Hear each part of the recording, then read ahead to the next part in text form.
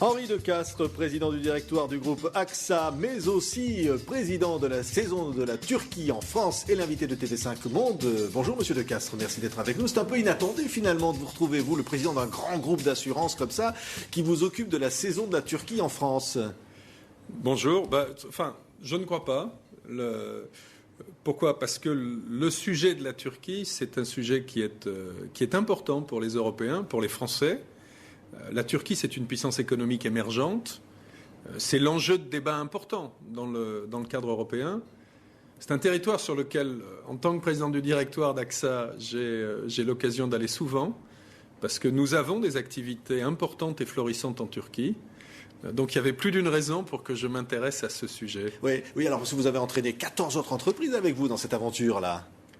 Oui, absolument. Il y a beaucoup d'entreprises françaises présentes en Turquie. La France est le deuxième investisseur étranger en Turquie et l'un de ses tout principaux partenaires économiques.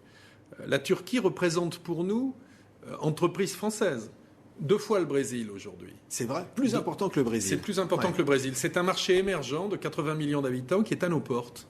Oui. Alors ça veut dire que finalement il y a des intérêts économiques à faire cette saison de la Turquie en France ? Je crois qu'il n'y a pas que des intérêts économiques, évidemment. Il y a des intérêts culturels.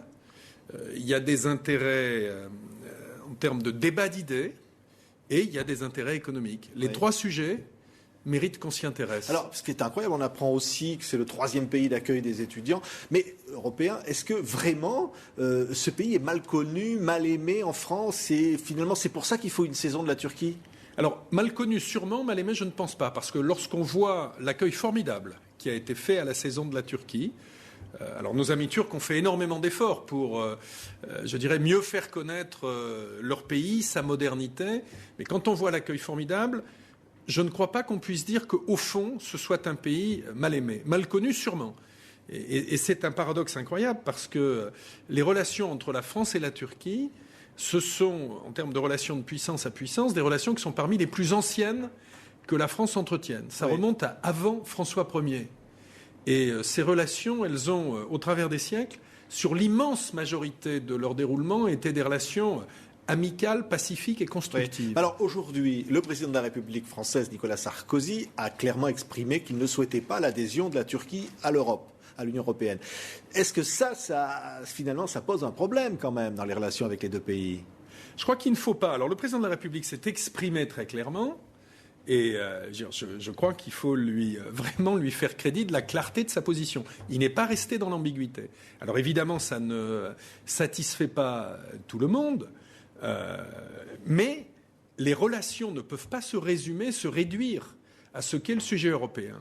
Il y a beaucoup d'autres sujets, notamment tous les sujets qui tiennent au Moyen-Orient, les sujets qui tiennent à l'Iran, les sujets qui tiennent aux relations commerciales internationales, et sur la plupart de ces sujets, même sur la quasi-totalité de ces sujets, dès lors qu'il ne s'agit pas de la position qui a été exprimée sur l'Europe, il y a des convergences très fortes, voire une identité ou une quasi-identité de position entre l'approche qu'ont nos amis turcs et ce qu'est l'approche française. Oui. Donc réduire la relation franco-turque au désaccord sur l'Europe, c'est quelque chose qui serait caricatural. Oui. Alors, est-ce que finalement, ce ne serait pas rendre un mauvais service à la laïcité turque, même si ce pays évidemment a des difficultés, ou alors donner l'impression qu'il y a des problèmes relationnels à l'égard d'une religion en particulier, qui est évidemment la religion de l'islam ?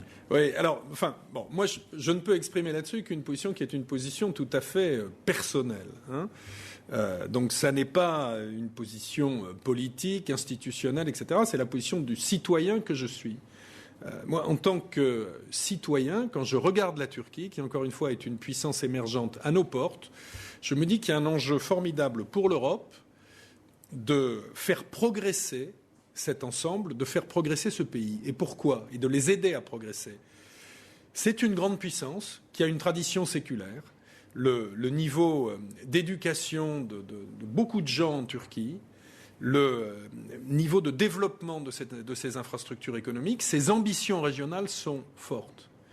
Nous savons que nous ne pourrons régler les sujets de rapport avec l'islam qu'en faisant émerger des modèles de succès dans des pays qui ont cette tradition culturelle.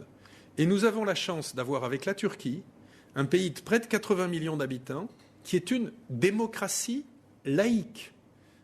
On peut j'ai aimé ou non les orientations de tel ou tel parti à l'intérieur de l'échiquier politique turc, mais la Turquie est une démocratie laïque dans un pays de culture musulmane. Donc si on la laisse, j'allais dire, sur le côté, il y a des risques. Oui, c'est-à-dire, tout le monde sait, quand on réfléchit un peu sur ces sujets-là, que pour essayer d'éviter un choc des cultures, des civilisations, appelez ça comme vous voulez, en tout cas une incompréhension très forte, il faut créer des modèles de succès chez des gens qui en ont insuffisamment aujourd'hui. On a avec la Turquie, comme peut-être d'ailleurs avec l'Égypte d'une autre façon, mais le moyen d'aider un État qui est à nos portes, qui est une démocratie, à réussir, alors pourquoi s'en priverait-on ? En le faisant, le risque que l'on prend, c'est d'encourager les ultras. Oui. Et c'est un risque, à mon avis, nous n'avons pas intérêt à prendre parce que ce sont les générations suivantes qui en paieraient le prix. Ça serait la laïcité à la française qui aurait plus de difficultés finalement à s'adapter au reste, aux autres. Alors, je ne sais. Parce que quand on remonte à l'histoire, les relations évidemment sont très fortes entre et elles ont été encore plus fortes quand il n'y avait pas la laïcité finalement. Vous avez absolument raison de souligner ça. C'est-à-dire quand la France était un État ouvertement confessionnel et pas laïque, c'est-à-dire sous l'Ancien Régime. Les rois de France qui ne cachaient pas leur engagement. La France, fille aînée de l'Église catholique. Ils n'avaient aucun problème à avoir des relations harmonieuses, prospères et profondes avec le sultan. Et maintenant que les deux pays sont des démocraties laïques, il faudrait qu'il y ait un problème, il y a un paradoxe quand même. Et on sent chez vous, Henri de Castres, évidemment, ça vient au plus profond de vous, là. Presque même des racines familiales, hein. Non, il y a je pense que ce sujet est très important parce que quand on regarde l'équilibre du bassin méditerranéen, quand on regarde le rôle positif que l'Europe peut jouer pour faire évoluer le monde, je pense qu'on a là une carte. Et je pense que nos amis turcs, et c'est ce que cette saison a permis de montrer, sont, je dirais, infiniment plus complexes, plus avancés, plus ouverts sur le monde que ne voudraient le faire croire certaines caricatures.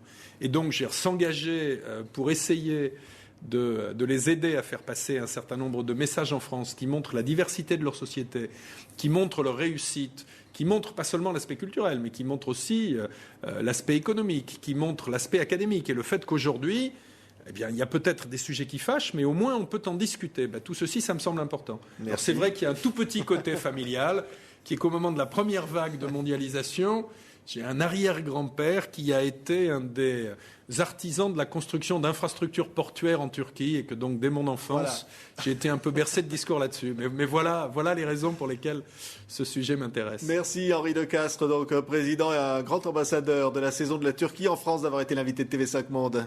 Merci à vous.